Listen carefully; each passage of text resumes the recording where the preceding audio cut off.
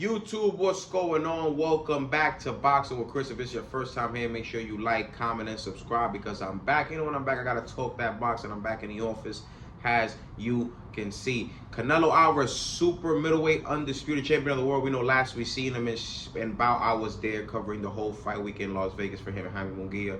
Great week.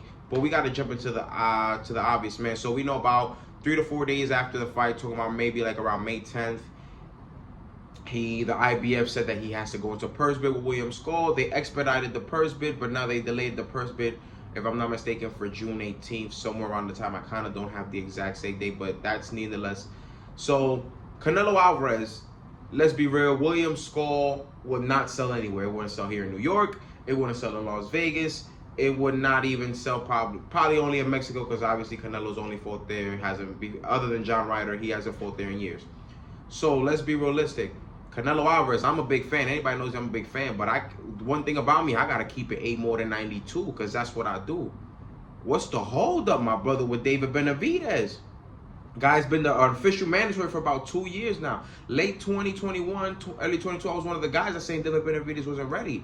But after the Caleb Plant, and definitely after the Andre, and then definitely just in the state of boxing of itself, we don't want to see Edgar Berlanga. We don't want to see William Scull. He's a mandatory. He literally deserves a shot because he's the mandatory, just like David Benavidez.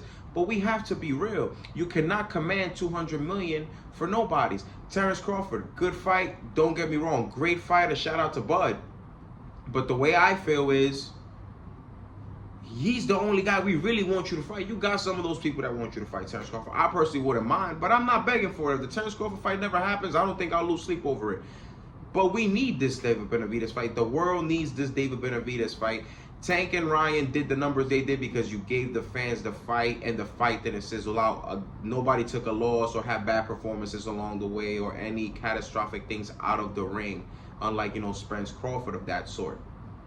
When you give people the fight they want within the 2-3 year window, people will buy, people will pay, people will go live, people will pay thousands of dollars for these tickets. So why not do it? You want 200 million? I can't give you 200 million, but you can make about 130 million with a 75 million guaranteed purse, 70-30 around the board. Hopefully the pay-per-view can sell. It will sell naturally, but when we talk about sell, we're talking the upper echelon. We're talking maybe high 1.6, 1.7 to maybe even a 2 million pay-per-view guys, which is very possible with some press tours, the gloves off, and a lot of the things, that boxing does to promote these big fights. But for Canelo Alvarez, we can't keep giving him a pass. It's been too long for the Mexican monster. He deserves his shot. He deserves his shot. Canelo Alvarez, we don't want to see Berlanga. We don't want to see Skull. And Crawford, not really. Maybe, yeah. To some, maybe not all. But we don't want to see it. David Benavidez is definitely worthy. David Benavidez is definitely a money fight. You don't like the fact that he comes in heavy? Put a rehydration clause. I'm not a fan of rehydration clauses, but people will forget a rehydration clause as long as you give him the fight. We cannot keep defending Canelo Alvarez. Floyd Mayweather was getting flack when he was basically 40 years old when he decided to fight Andre Berto on his way out. You can't tell me that we have to give Canelo a pass at 33 years old. I feel like Canelo Alvarez has maybe 1 or 2 good big fights left to him, and after that, it's okay. And yes, Canelo Alvarez has earned the right to do what he wants because he has fought a lot. But let's be realistic. Even when you're the man, everybody wants that 1 or 2 fights. You get what I'm saying? And he hasn't really given us that. He wanted to become undisputed at 168 pounds. That was him. But let's be realistic. I don't think nobody would have cared if he would have became undisputed at 168 pounds. We want this David Benavidez fight. If it's a couple of things that Canelo Alvarez should have done, he should have rematched Triple G for the 3rd fight earlier than he did. And I made a video last year, if you guys look, I said he needs to fight David Benavidez by the end of this year, and obviously it's looking like it's not going to happen. Canelo's doing whatever it takes to wiggle his way out. And one thing about me, I keep it 8 more than 92 because that's what I do. We got to keep it 100, ladies and gentlemen. Canelo Alvarez is looking for any reason not to fight Benavidez.